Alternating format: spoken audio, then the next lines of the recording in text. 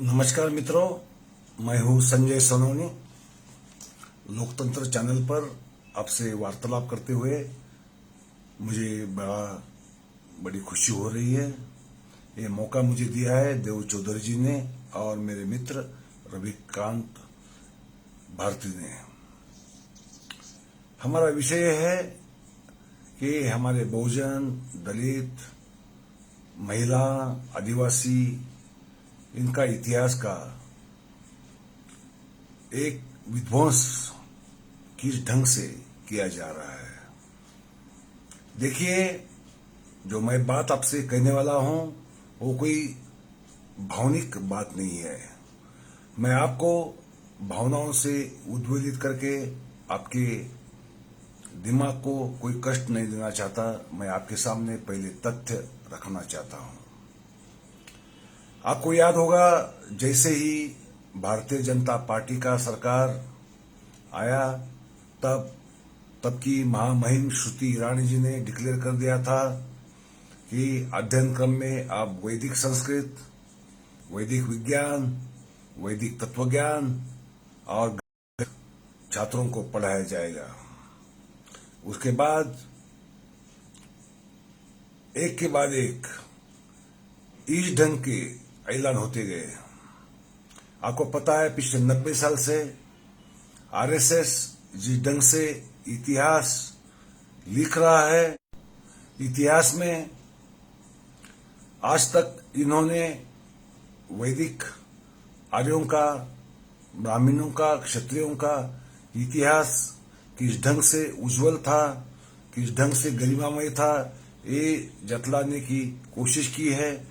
और उसके साथ ही यहाँ के जो शूद्र, आदिवासी, यहाँ के जो मुस्लिम भाई, जो भी जनसमुदाय है और खासकर औरतें, इनके खिलाफ एक के बाद एक षड्यंत्र, सांस्कृतिक षड्यंत्र ये लोग करते जा रहे हैं। दोस्तों, जो समाज संस्कृति भूलता है या ऐसा जतलाता जाता है कि उन्हें संस्कृति थी ही नहीं, जो भी संस्कृति है वो किसी और की देन है, ऐसा जब होता है तब समाज में एक बड़ा अनर्थ पैदा होता है। भारत में ऐसा ही हो रहा है। हम परतंत्रता में थे, मगर ये जो सांस्कृतिक परतंत्रता जो है वो सबसे खतरनाक और नुकसानदेह और हमारा भविष्य खराब करने वाली है। हमें ध्यान रखना होगा इन बातों की तरफ, क्योंकि हमारी गलती है कि ये जो हो रहा है स्लो पॉइजनिंग की तरह, उसकी तरफ हमने कभी ध्यान दिया नहीं, उसके खिलाफ हमने कभी आवाज उठाई नहीं। हमें रोजमर्रा की जिंदगी की जो समस्याएं हैं उनमें इतना इन्होंने उलझा के रखा है कि ये जो सांस्कृतिक आक्रमण हमारे देश के ऊपर, हमारे बहुजन भाइयों के ऊपर, आदिवासियों के ऊपर, दलितों के ऊपर, महिलाओं के ऊपर हो रहा है, उसके ऊपर हमने कभी ठीक से ध्यान नहीं दिया। नतीजा यह है, आप देखिए, आप सुनिए, आप समझिए। 2016 में आरएसएस, बीजेपी, इनकी करतूत, उनका षड्यंत्र क्या है ये ठीक ढंग से समझिए। इन्होंने इतिहास ही बदल देने का बीड़ा उठा लिया है और जो असली इतिहास इस देश का है, बहुजनों का है, मूल निवासियों का है, वो इतिहास जैसे था ही नहीं, उस ढंग से उसे जतलाने की कोशिश की जा रही है, वो भी शासकीय तौर पर। पहले आरएसएस अपने ग्रंथों में उनके विचारक, उनके श्रीकांत तलेगरी हो, कल्याण रमन हो, ऐसे जो विद्वान थे, उनकी तरफ से कोशिश करते थे इतिहास बदलने की, मगर वो एक ढंग से प्राइवेट एंटरप्राइज था। अभी वो गवर्नमेंट एंटरप्राइज बन गया है। कैसे? 2016 में बीजेपी गवर्नमेंट ने एक समिति गठित की थी 12 सदस्यीय, के एन दीक्षित की अध्यक्षता में। केएन दीक्षित की अध्यक्षता में ये समिति को गठन किया गया। भारत का पिछला 12,000 वर्षों का इतिहास लिखने का काम इस समिति को सौंपा गया। इस समिति को साबित क्या करना था? इस समिति को साबित ये करना था कि आर्य यहां के ही थे, नंबर 1। नंबर 2, वैदिक धर्म यही स्थापित हुआ। नंबर 3, गग्गर नदी ही सरस्वती नदी है। चौथा काम ये दिया गया था कि सिंधु संस्कृति जो है वो वैदिक आर्यों ने ही स्थापित की, उसका विकास किया, उसको बढ़ाया, दुनिया भर में फैलाया।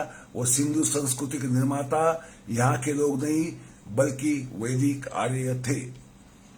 ये वैदिक आर्य हरियाणा में जन्मे थे और उन्होंने उनकी पूर्ववंश की जो टोली थी उसने ये बीड़ा उठाया और वैदिक संस्कृति को, वैदिक धर्म को इस देश में फैलाया।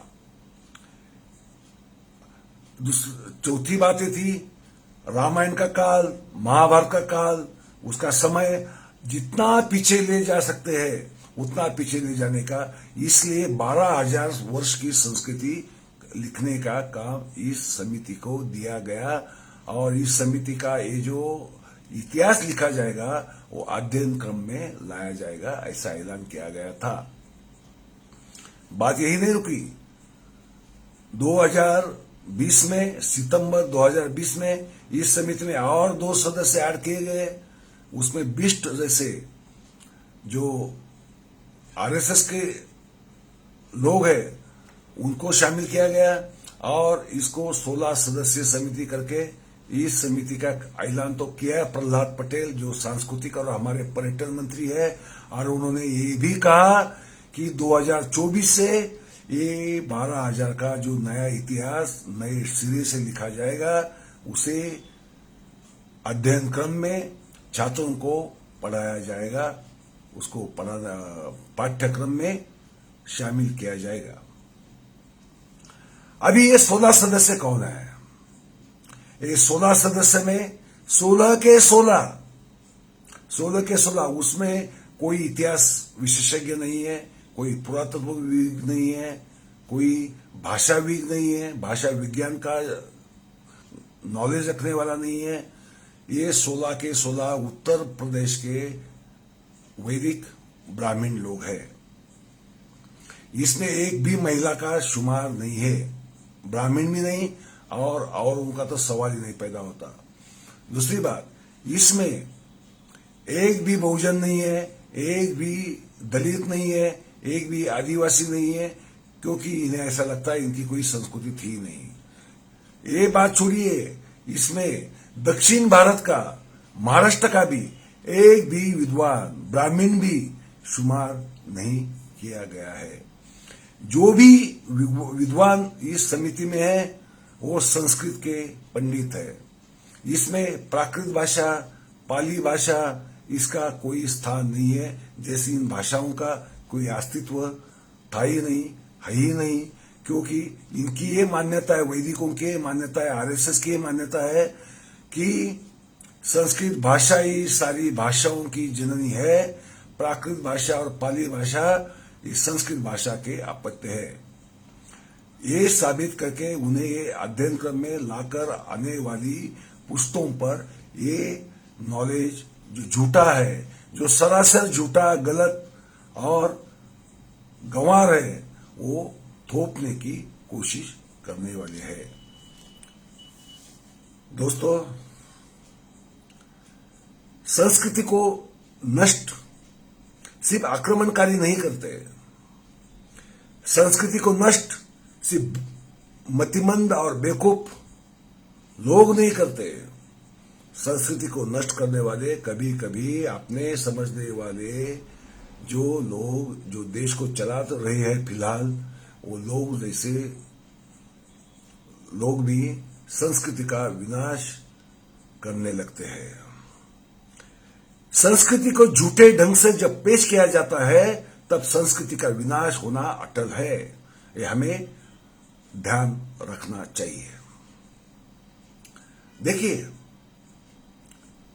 ये जो लोग इतिहास बताना चाहते हैं, ये लोग ब्राह्मण, जिन्हें मैं वैदिक धर्मीय कहता हूं, उनका धर्म ही अलग है एक्चुअली, जो हम देशवासी ठीक ढंग से समझ नहीं पाते हैं, समझे भी तो बोल नहीं पाते हैं, और बोलने को भी गए तो उनका मजाक उड़ाया जाता है। मगर इनका धर्म ही अलग है, ये सरासर वैदिक धर्म अलग है यहाँ के धर्म से, लोक धर्म से, बौद्ध धर्म से, जैन धर्म से, सिख धर्म से इनका कोई संबंध नहीं है, ना कभी था, ना कभी शायद।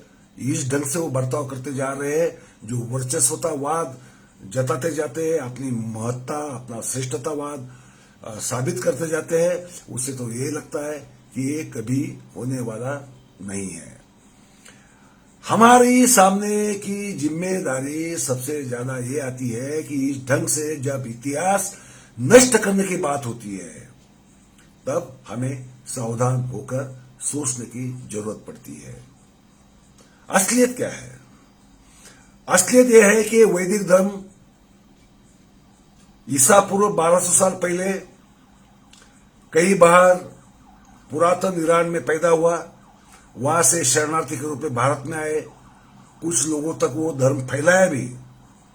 मगर जो यहाँ का सिंधु संस्कृति के समय से जो धर्म बरकरार था, पाला जाता था, जो शिव और शक्ति, स्त्री और पुरुष की समानता का जो धर्म था, जो पाला जाता था, वही पाला जाता, आज भी वही पाला जाता है। मगर आज वैदिकों ने उस धर्म पर कब्जा कर लिया है, एक ढंग से किडनैप कर लिया है, उसे एक ढंग से अपने कब्जे में लेकर उसके ऊपर अत्याचार करना शुरू कर दिया है।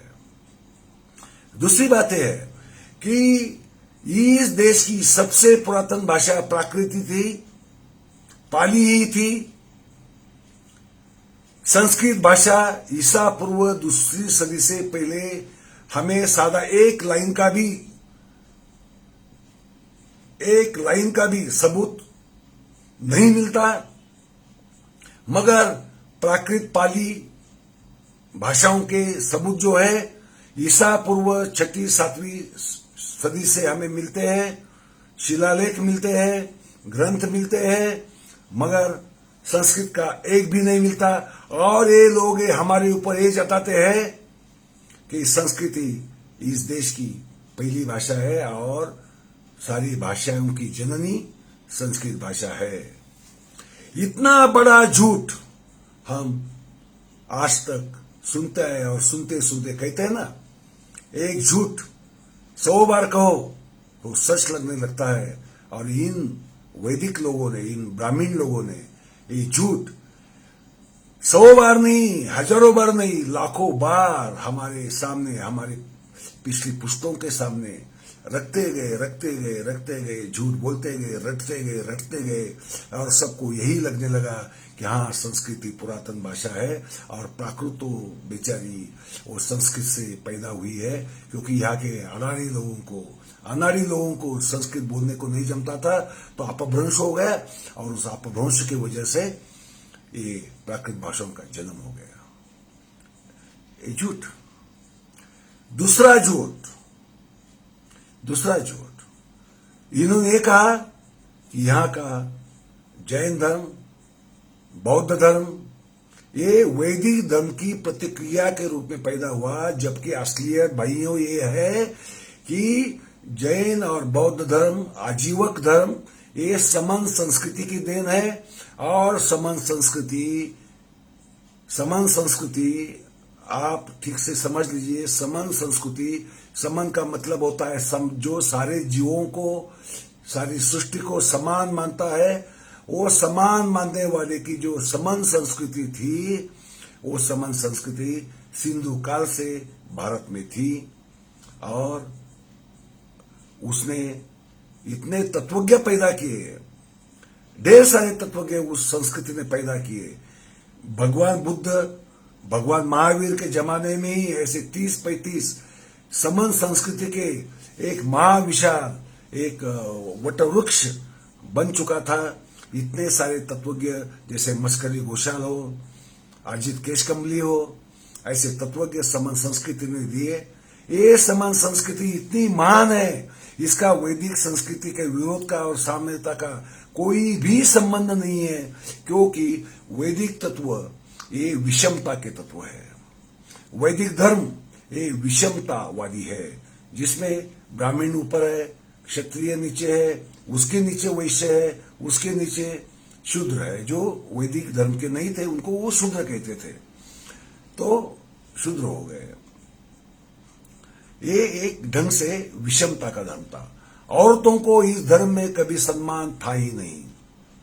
औरतों को वैदिक धर्म में कभी सम्मान था ही नहीं। आज भी हम भारत का इतिहास पूरा देखेंगे तो वैदिक धर्म की औरतों का स्थान हमेशा नीचे रहा है, जबकि जो हमारे जनसाधारण का, बहुजन समाज का, जिसे मैं हिंदू कहता हूँ, असली हिंदू कहता हूँ, उनका धर्म अलग था, अलग है, और उनमें ये स्त्री पुरुष समानता बरकरार थी। बौद्ध भगवान बुद्ध ने स्त्री और पुरुष को समानता दी, जैन धर्म ने दी, वो थी क्योंकि ये भारत की परंपरा रही है। और इसी परंपरा को नष्ट करने वाले और भारतीय परंपरा का नाम लेकर, हमें उसकी दुहाई देकर हमारे ऊपर उनकी वैदिक संस्कृति, जो विषमता की संस्कृति, महिलाओं को एक ढंग से निचला स्थान देने वाली संस्कृति, इंसानों को एक निचला स्तर देने वाली संस्कृति, ये विषमता की संस्कृति हमारे ऊपर थोपने की कोशिश ये लोग कर रहे हैं। और ये जो समिति, इतिहास पुनर्लेखन समिति जो बनाई गई है, उसका मकसद यही है कि मनुस्मृति में जो वैदिक धर्म की जो स्मृति है, उसमें जो कायदे कानून थे, विधि विधान थे, वही यहाँ लागू करो। औरतों को वापिस मध्य युग में धकेल दो। उन्हें सती प्रथा का सबसे बड़ा उदात्तीकरण करने वाली संस्कृति अगर कोई इस दुनिया में है, वो नीच संस्कृति अगर दुनिया में कोई है तो ये वैदिक संस्कृति है। और इस वैदिक संस्कृति के प्रणेता ये आरएसएस है, ये बीजेपी गवर्नमेंट है, और यही संस्कृति ये दोबारा भारत में लाने की कोशिश कर रहे हैं। ये हमें समझ लेना पड़ेगा, ठीक ढंग से ध्यान में देना पड़ेगा। दूसरी बात है, ये दलित हमारा जो भाई लोग हैं, इन लोगों को, दलितों के बारे में इतनी घृणा है इनके मन में। आज आप उत्तर प्रदेश में, नॉर्थ में कहीं भी जाइए, साउथ में जाइए, कई मंदिरों में आज भी उन्हें एंट्री नहीं है। पानी पीने के लिए भी उनको परमिशन नहीं है। और आज जो हमारी राज्य घटना ने, बाबा साहब ने दी हुई राज्य घटना ने जो भी समानता के तत्व हमारी राज्य घटना में है, ये राज्य घटना ही इनको मान्य नहीं है। ये राज्य घटना का ये द्वेष करते हैं, विद्वेष करते हैं। ये राज्य घटना बदलने की कोशिश बार बार हो रही है, और राज्य घटना के जो सही प्रावधान है उनको गलत ढंग से इस्तेमाल करके एक ढंग से हमारे देश में वापिस एक मध्ययुगीन माहौल बनाने की कोशिश कर रहे हैं। गोहत्याबंदी हो, ये जो नागरिक प्रावधान, उनका रजिस्टर बनाने का जो प्रावधान करने वाला जो कानून हो, ये बना ही इसलिए है कि इन लोगों को समता का प्रावधान मंजूर नहीं है, इन्हें राज्य घटना मंजूर नहीं है। इन्हें देश के नागरिकों के बीच अलग अलग भेदभाव बनाने की इनकी नीति रही है, और ये नीति एक ढंग से ये काम में ला रहे हैं। ये लोग देश को बेच रहे हैं, और ये आरएसएस के लोग, देखिए आप मजा देखिए, ये देश बेचते भी है तो भी इनको कुछ फर्क नहीं पड़ता। इनको सिर्फ गुलाम चाहिए, और ये गुलाम कौन है? इनके लिए गुलाम यहाँ के बहुजन है, ओबीसी है, दलित है, एससी एसटी आदिवासी है, और महिलाएं हैं। इनको तो दबाना ही है, और विद्वेष करना है, मुस्लिमों का विद्वेष करना है, क्रिश्चियनों का विद्वेष करना है, जो भी अन्य धर्म है उनका विद्वेष करना है और उन्हीं धर्म को खत्म करने की कोशिश करनी है। कश्मीर में जो हुआ भाइयों, कश्मीर में ये दमन आतंकवाद के खिलाफ नहीं था, हिंसा के खिलाफ नहीं था, ये दमन मुस्लिमों का दमन करना था, जो राष्ट्र को सर्वोपरि मानते थे, इसलिए मुस्लिमों को दबाने का था। इनको राष्ट्र से कुछ लेना देना नहीं था, ना उनको वहां की जमीन खरीदनी थी, ना वहां के औरतों के साथ शादी करनी थी, मगर इन्होंने माहौल ऐसे बना दिया विकृत। इतने कम असल बददिमाग ये जो लोग हैं, इन लोगों का दिमाग ही इतना विकृत है कि इनका आपको याद होगा जब 370 धारा निकाली गई, इनका प्रचार प्रसार यही चल रहा था। वहां प्लॉट लेंगे, उसकी वहां की खूबसूरत औरतों के साथ शादी करेंगे, यही विकृति इनके दिमाग में थी, मगर वहां जाने की हिम्मत इनके पास है नहीं है। मैं कश्मीर में 98 से काम कर रहा हूं, मुझे वहां क्या होता है क्या नहीं होता है उसके बारे में मैं जानता हूं। कश्मीर के लोग हमारे देश के सबसे ज्यादा अच्छे नागरिक है। सुनिए मेरी बात, मेरी मान्यता है कश्मीर के लोग भारत के सबसे अच्छे नागरिक है। और यहां जो मेन लाइन में या मेन लैंड में बैठे हुए जो आरएसएस के पिल्ले हैं, ये सबसे बड़े देशद्रोही है। ये देश को टुकड़े करने के पीछे पड़े हैं, ये देश का इतिहास बदलने के पीछे पड़े हैं और हमारे देश की जो संस्कृति है उस संस्कृति को नष्ट करने के ये लोग पीछे पड़े हैं। भाइयों, सावधान क्यों रहना पड़ेगा?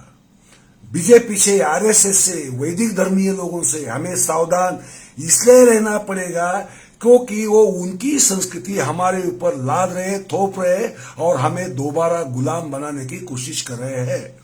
नंबर 1, इनसे सावधान इसलिए रहना चाहिए, ये राष्ट्र को बेच रहे हैं, इनकी कोई नीति नहीं है, ये ना चाइना को सामने खड़ा रहने की इनमें हिम्मत है, ना अफगानिस्तान में कुछ हो रहा है उसमें कुछ भूमिका निभाने की इनमें औकात है, ना पाकिस्तान के बारे में इनकी कोई खास ठोस नीति है, मगर विद्वेष की नीति सिर्फ इनकी नीति सिर्फ विद्वेष की नीति है, द्वेष की नीति है, तिरस्कार की नीति है, घृणा करने की नीति है। और इस नीति से हमें हमेशा सावधान रहना पड़ेगा, नहीं तो हमारे देश का, हमारे आने वाली पुश्तों का जो भविष्य है वो अंधेरे से भरा रहेगा।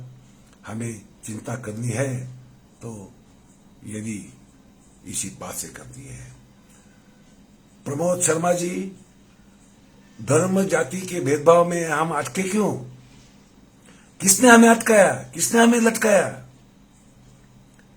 अगर हम इतिहास में जाएंगे तो इस देश का इतिहास ऐसा नहीं है। हिंसा हुई है मगर उतना ही प्यार भी हुआ है। इस देश में, ये देश बड़े ही उदार मतवादी लोगों का देश है।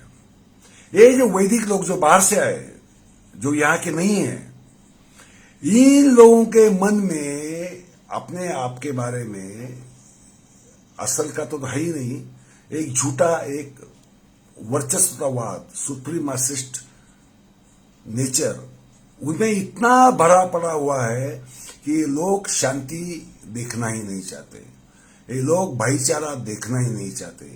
ये हमेशा चाहते हैं कि जाति जाति में लड़े, धर्म धर्म में लड़े, दलित ओबीसी के साथ लड़े, ओबीसी ऊपर वाले जातियों से लड़े, और ये ऊपर नीचे करने वाली बात पैदा की ये वैदिक धर्म के लोगों ने।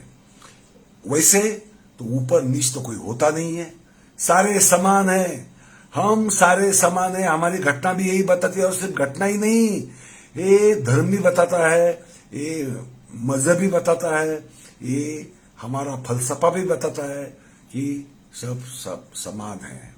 समन संस्कृति, इस देश की सबसे पुरातन संस्कृति समन संस्कृति, वो यही बताती है कि सब समान है। अरे सिर्फ आदमी नहीं, जीव जंतु, उनका जिंदगी, उनका जीवन, वनस्पति, उसका भी जीवन, वो भी समान है, उनको भी जीने का अधिकार है, ये मानने वाला ये देश है। और हम कौन से अंधेरे में, कौन से पचड़े में, कौन से कीचड़ में हम लोग धंस गए। ये हमने वैदिक संस्कृति, वैदिक तत्वज्ञान इस देश में प्रचारित ज्यादा हुआ, उन्हें पाश्चिमात्य लोगों ने बड़ा साथ दिया, क्योंकि उन्हें भी सत्ता चलानी थी, उन्होंने साथ दिया। और हम लोग, हम आम आदमी लोग जो जिंदगी से, जीवन से प्यार करते हैं, जो इंसान से प्यार करते हैं, जो जानवरों से प्यार करते हैं, जो वनस्पतियों से प्यार करते हैं, उनमें इन लोगों ने एक संघर्ष पैदा कर दिया ऊंच नीचता का। ये ऊंचा है, ये ऊंची जात का है, ये निचली जात का है, इसके हाथ का पानी नहीं लेना है, उसके हाथ का खाना नहीं है, ये मुसलमान तो अरे ये तो बाहर से आया है। मैं आपको बात बता दूं, कुछ 10-12 साल पहले की बात है, कोकण से, मैं महाराष्ट्र से बात कर रहा हूं आपके साथ, कोकण से एक, जब मेरा एक आर्टिकल किर्लोस्कर मैगजीन में प्रकाशित हुआ था, उसने मुझे कहा ये सारे मुसलमानों को मार डालना चाहिए। मैं बोला ठीक है, मार डालते हैं। मगर मैं बोला भाई साहब 16 करोड़ मुसलमान इस देश में रहते हैं, कैसे मारोगे, कैसे मारोगे। चलो मैं आपके साथ होता हूं, आगे मैं रहता हूं। 16 करोड़ लोगों को मारने के लिए आपके पास बंदूकें कितनी होनी चाहिए, गोलियां कितनी होनी चाहिए, और ये सब मारने के बाद उनको दफन कहाँ करोगे। और ये जब तक आप करोगे तब तक सारी दुनिया चुप्पी साधे बैठी रहेगी। मगर यही विकृति, यही सोच इन लोगों के दिमाग में इतनी बैठी हुई है। फिर उसके बाद मैंने उस आदमी को इतनी गालियां दी, जिंदगी में इतनी गालियां मैंने किसी को दी नहीं हुई, क्योंकि ये विकृति आती कहां से है। किसी को मारो, किसी को काटो, किसी को निचला कहो, किसी के हाथ का पानी मत लो, किसी को पानी मत दो, किसी को खिलाओ मत, किसी से खाना मत।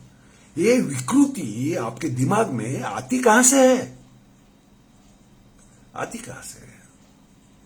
ये भारत देश का अगर नुकसान सबसे बड़ा हुआ होगा तो ये वैदिक सोच से नुकसान हुआ है, क्योंकि वैदिक सोच ही ये बताती है कि ये छोटा है, ये बड़ा है, ये उससे ऊंचा है, ये उससे ऊंचा है। और ये ब्राह्मण, वो तो सबसे ऊंचा है, वो अवध्य है, अमर है, उसे कोई सजा भी नहीं दे सकता। और आरएसएस का मानना है, दीनदयाल उपाध्याय आप पढ़िए, जरूरी है, ये पढ़ना चाहिए।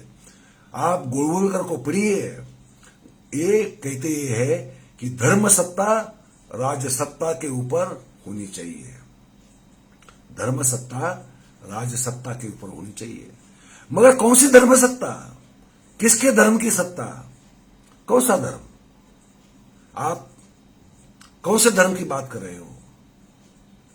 राज्य सत्ता से धर्म सत्ता ऊपर है। हमारे महाराष्ट्र के मुख्यमंत्री देवेंद्र फडणवीस ने भी कहा था, जब कोकण में वो गए थे किसी स्वामी को मिलने, तो उन्होंने कहा कि धर्म सत्ता राज्य सत्ता से बड़ी होती है, ऊंची होती है। कौन सी धर्म सत्ता, उस धर्म के तत्व क्या होंगे, और क्या तत्व है। जो धर्म सत्ता इंसान के बीच भेद करता है वो धर्म होता नहीं है। मैं वैदिक धर्म को अन्यायकारी, विषमतावादी धर्म मानता हूं, जिसने हमारे देश का सबसे बड़ा नुकसान किया है। उस धर्म को मैं विरोध करता हूं।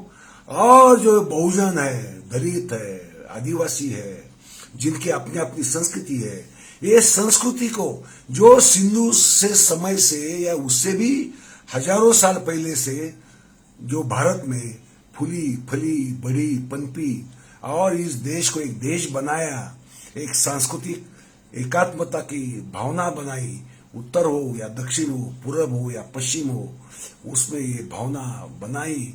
उस भावना को तोड़ने वाली जो नीति है, ये सिर्फ ये वैदिकों के पास है, ये आरएसएस के पास है, और आरएसएस के पास है इसलिए बीजेपी के पास है।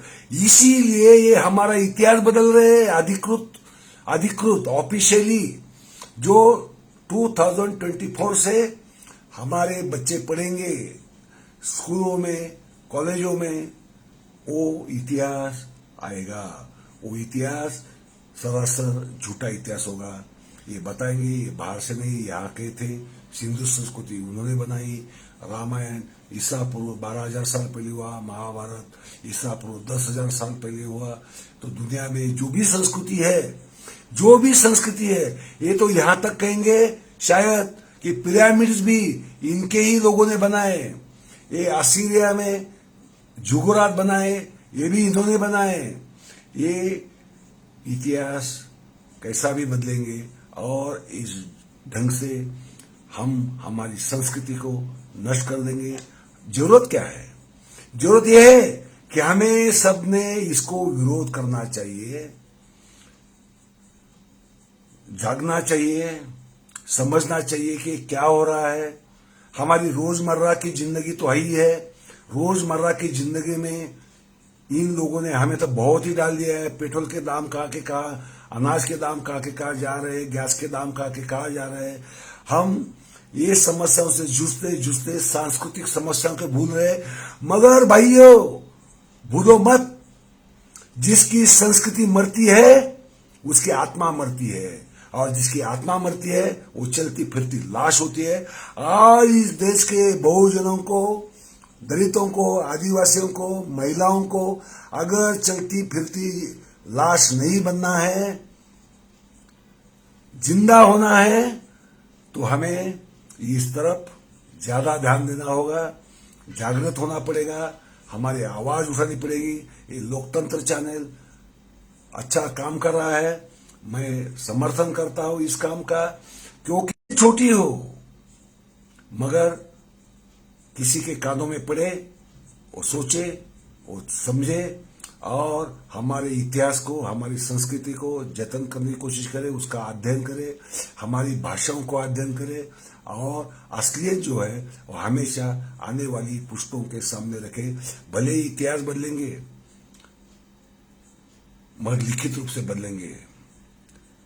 असलियत का जो इतिहास होता है उसे कोई नहीं बदल सकता, कोई ताकत नहीं बदल सकती, कोई शक्ति नहीं बदल सकती, क्योंकि जो सत्य होता है, जैसे भगवान बुद्ध ने कहा, भगवान महावीर ने कहा और आज के पिछले सदी में महात्मा गांधी ने कहा, सत्य की ताकत, सत्य की शक्ति ये बहुत अपार होती है और हमें सत्य के साथ रहना होगा। हमें झूठ का, वर्चस्वतावाद का विरोध करना पड़ेगा, निषेध करना पड़ेगा और हमारे देश को अगर सही मात्रा में, हमें सही मायने में हमारे देश को अगर बड़ा बनाना है, आने वाली पुश्तों को सही मायने में सयाना बनाना है, तो हमें जागृत रहना पड़ेगा आज ही, क्योंकि उनकी सरकार है, शक्ति है, वो कुछ भी कर सकते हैं, तो हम भी कम नहीं है, क्योंकि सच हमारे साथ है, हमेशा रहेगा। क्योंकि हमें किसी के ऊपर, हम समानता मानने वाले, स्वतंत्रता मानने वाले, स्वाधीनता मानने वाले, भाईचारा मानने वाले हम आम लोग हैं और हमारे आम लोगों की संस्कृति सबसे महान संस्कृति है। इस संस्कृति से बड़ी संस्कृति दुनिया में कोई हो नहीं सकती। इसलिए हमें हमारी संस्कृति को जतन करना है और जो संस्कृति हमारी संस्कृति पर आक्रमण कर रही है उसका हमें निषेध करना है, विरोध करना है। मित्रों, आपने मुझे सुना, धन्यवाद। मैं रविकांत भारती जी का और देव चौधरी जी का दोबारा धन्यवाद अदा करता हूं। आपको भी मैं शुक्रिया अदा करता हूं। धन्यवाद, नमस्कार, गुड नाइट।